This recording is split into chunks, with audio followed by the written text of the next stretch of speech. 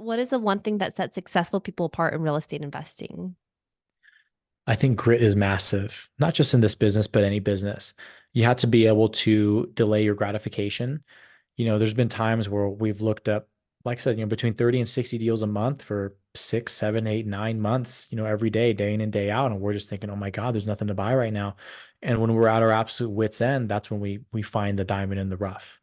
So anything that's worth having, again, it's going to be very, very hard to get. And the harder it is to get, the better it's going to be to have. So understand that you got to go into it. You got to delay your gratification. You have to put a system and process together that you can follow through day in and day out.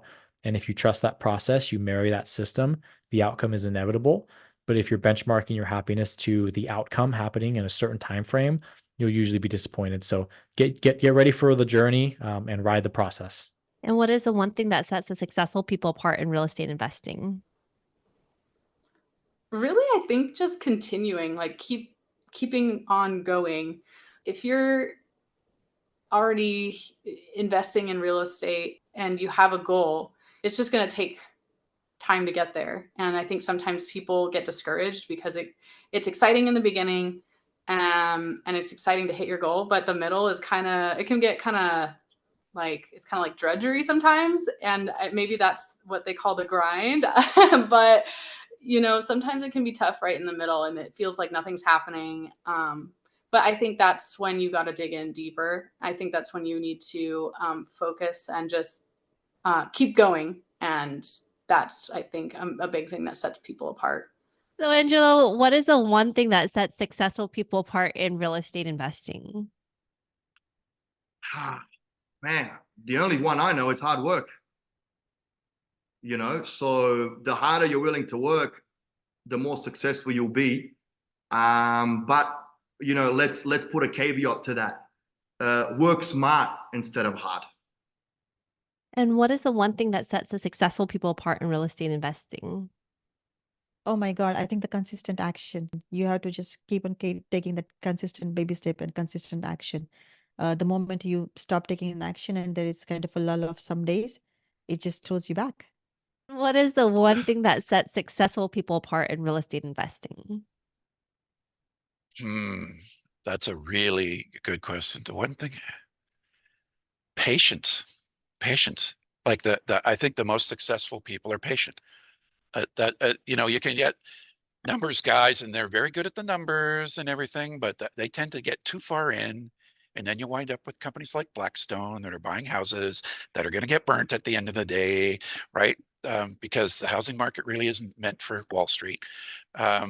So yeah, I have patience. Just be patient. Things will work out. And my dad gave me this advice way back because something very similar happened to me when I was looking for my first house, because the town we moved to was booming and real estate was going up like insane prices, but it levels. Eventually things change and it levels. And if you look, and I'll leave you with this, if you go back to the longest recorded history, and you probably know this, but the longest recorded history of ever recording house prices is Amsterdam. And I believe it goes back, if not 300 years longer. And even with all the ups and downs, it always came out to 3%.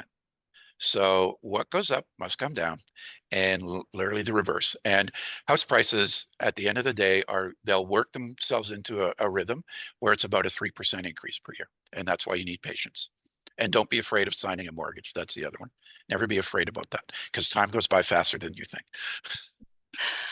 And what is the one thing that sets successful people apart in real estate investing? Just keep going. Yeah, don't give up. There's always a solution. I mean, I get knocked down so many times. I actually keep a list of my no's. Sometimes it's for reasons so that I know not to like apply for that credit card because it was 6 months ago or whatever. So I put the dates and stuff. But honestly, like, yeah, when I see that list of, no's, like, oh, I won't finance you or whatever, it helps remind myself that like that's just part of the process. You might get 20 no's before you get one yes. It's just part of it. But if you keep going, you'll find it. And what is the one thing that sets the successful people apart in real estate investing? Great question.